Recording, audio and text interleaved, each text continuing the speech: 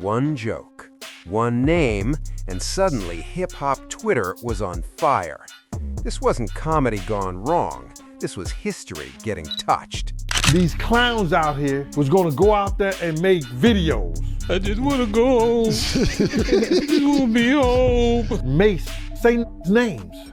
Yeah, security crime behind the car. Damn. People look at me as being bad boy security. Yeah, this blanket. You're like, what? Oh, Gene Deal was crying for the blanket. Gene Deal was this, that, and the Gene Deal was this, that, and the third. But he there for security.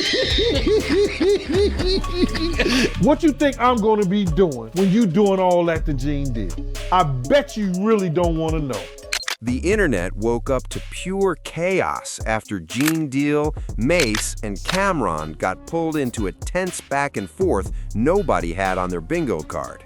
What started as slick mic humor flipped fast into something way more serious, way more personal, and honestly uncomfortable to watch unfold in real time. If you wanna say something, Mace, tell us why you didn't go. Mace, why you didn't go to the party? Mace, why you didn't go to the party? Party? Because I was in a hotel with Brandy.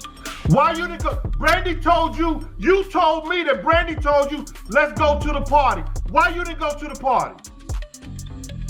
I didn't go to the party because all y'all seem like snakes. And I'm not going to be... So Mace, who told you? Mace, didn't I tell you? Listen to him, Mace. Did I tell? Let's keep it 100. When you was riding around. Let me answer. Go ahead. Let me answer the question. You guys was the security. If somebody shot the biggest rapper in the world, why y'all didn't shoot back? Y'all had guns? Mace, let me ask you something. I'm gonna get to that. Mace, one question. When you was riding around Cali with Stevie J, didn't I pull you to the side and say, what the fuck is you doing in a drop-top Benz riding around with Stevie J around Cali?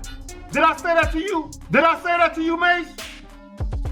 This wasn't friendly banter or throwback laughs. The energy felt tight, emotional, and heavy with years of things left unsaid. It all kicked off when Mace and Cam were on their show doing what they always do, joking, laughing, talking spicy. But this time, they crossed a line. They cracked jokes about the night the notorious B.I.G. was murdered, a moment that still sits heavy in hip-hop, and took shots at Gene Deal for not reacting violently that night. I was actually in a hotel with a young lady. And when you heard this information, what was your next actions? My next actions? After what? When you heard Biggie died, did you stay in your hotel room? Did you leave out? Did you want to go back to New York? I actually was trapped in a hotel. Now I want to ask the question. What do you mean trapped? It was about probably like 70 or so bloods in the hallway. I couldn't even leave my room. How'd you get out? One of the guys. Why would it be 70 bloods in your hallway after Biggie Small stuff? Actually, after Big got killed, they was probably looking for more bad boy artists. And I couldn't even leave the room till Gene Deal, the officer had to come get me. To them, it may have sounded like edgy humor. To a lot of listeners, it came off reckless, disrespectful, and completely out of bounds. And let's be clear, Gene Deal isn't just some name people throw around online. He was Biggie's close friend and longtime security, someone who lived through that night, survived it, and has carried that weight for decades. Who went out there and they start running off by their mouth, trying to make airways and trying to make a show. Here go a grown-ass man, Mace and Cameron, made suggestions to bad boy security. These clowns out here was gonna go out there and make videos. When you do stuff like that, you gotta know right now that people look at me as being bad boy security. You gotta be clear. As soon as that drop, you got 5 or 6 out there. Oh, Gene Deal was crying for the blanket. Gene Deal was this, that, and the Gene Deal was this, that, and the third. And the next part of his message was deeply disturbing. You already know, mate. when you doing all that stuff to Gene Deal, what do Gene Deal supposed to be doing while you doing all that? I bet you really don't want to know. What you think I'm going to be doing when you doing all that to Gene Deal? They can play if they want to, but if they know what I know, they better find somebody else to play with.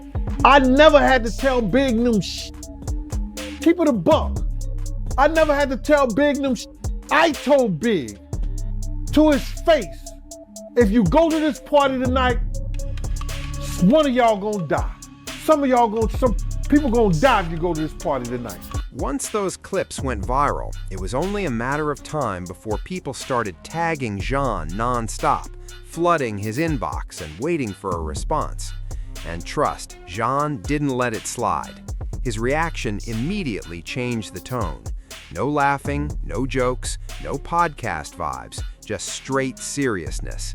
He made it clear he didn't appreciate his name being played with, especially tied to a night that permanently changed his life. He didn't raise his voice, but every word landed heavy. He warned Mace directly, telling him to stand on what he said if he really meant it.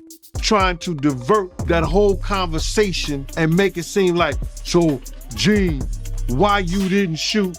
Listen to me. It wasn't because Big wasn't my principal. And he knew the fact that we had blew the light and we was halfway down the block, crossed the light, and then when the first shot went off, our driver took straight off. I'm screaming at our driver because he was told that somebody was pointing a gun at Big them. He should have just threw the car in reverse.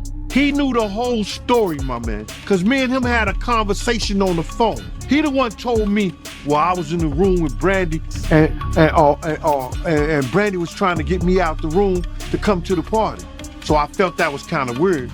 So she said Brandy was calling me trying to get me out the room to come to the party. Well, you was in the room with Brandy. How's she calling you to try to get you out the room to come to the party? You know what I'm saying? This was going through my mind. But Mace knew the whole situation. Mace knew that it's no way possible that I was able, being sideways in the car, because Puff, when I got in the car, Puff had put his seat back. Now I'm sideways in the car like this, and I'm cussing him out like, yo, man, what the f is you doing? Why you got your seat back like this? We hear the shot, pow! Puff put his head down. I go to open the door. Kenny flies, going straight. So he knew the whole story. What I supposed to do? Put my gun out the window and just start shooting like this? When the car had already turned the corner, it came out of parking space. So he knew the story, bruh. He was trying to just divert the attention of, well, why security? So ask security, ask Big security, ask Paul, ask the LAPD. The LAPD officer that was right there, they was right behind. Paul was outside the car. Why didn't they shoot? Why when we turn back around and come down the street, that they way down the block, they coming back when we get back to the car. When we get back to the car, nobody's in Big's car. But Big, Mace knew this. Me and Mace had this conversation. Him and Tone is like this. He knew me and Tone jumped in the car and chased after the guy. We couldn't catch him. He wanted to divert the attention from himself because why didn't you tell Big that these dudes was trying to get at you, bruh? You had that conversation with with Puff, but you ain't had that conversation with Big. Big was your label mate. So people come on and talk, why you ain't shoot? Listen to me, bro. At that time, I was young, dumb, and full of cum. Anybody who really knows me know that they ain't got to worry about nothing if it comes to the point where gunplay has to be a part of my security. I'm not going to hesitate because I never bodyguard anybody that I wasn't willing to lay down my life. That moment shifted this from podcast talk to something that felt very real. What made Gene's response even more unsettling was how calm and direct it was. This wasn't clout chasing or internet theatrics. It sounded like someone genuinely disrespected. Gene basically said joking about real trauma comes with consequences, not online beef, but real-world tension. That's when people realized this wasn't entertainment anymore. This was about respect, pain, and lines you don't cross. Cameron, known for his slick mouth and Harlem confidence, still hasn't fully responded, but fans know his reputation. Just can't tell me nothing. And the second top artist in the world, which is Mace, about to be number one. That's what I'm saying. I wonder his face, because I'm like, if y'all let him do that to Big, I don't stand it. Cam doesn't usually back down, and he's never been shy about defending himself with words. But this situation hits different.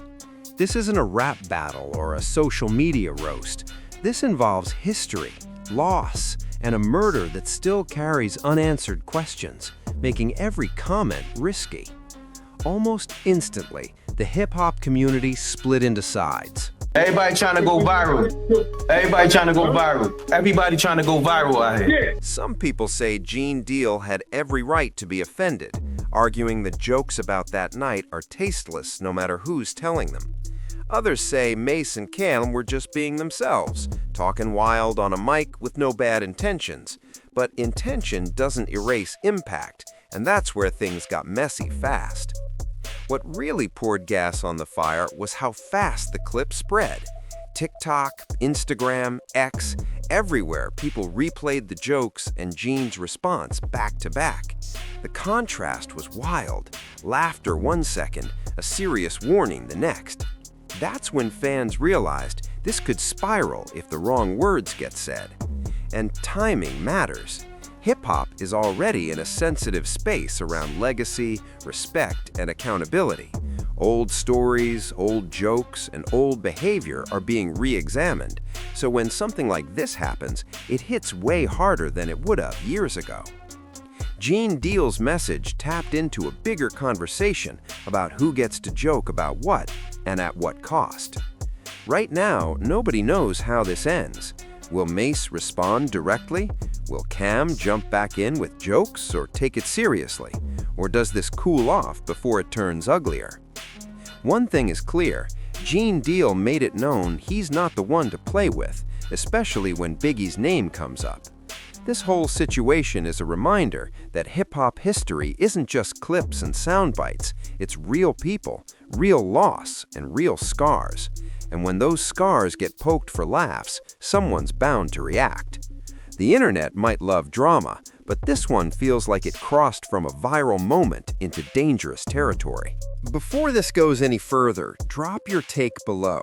Was this a harmless joke or a line that should have never been crossed? If you care about hip-hop history and real accountability, hit like, share this with someone who needs to see it, and stay tapped in, because this story might not be over yet.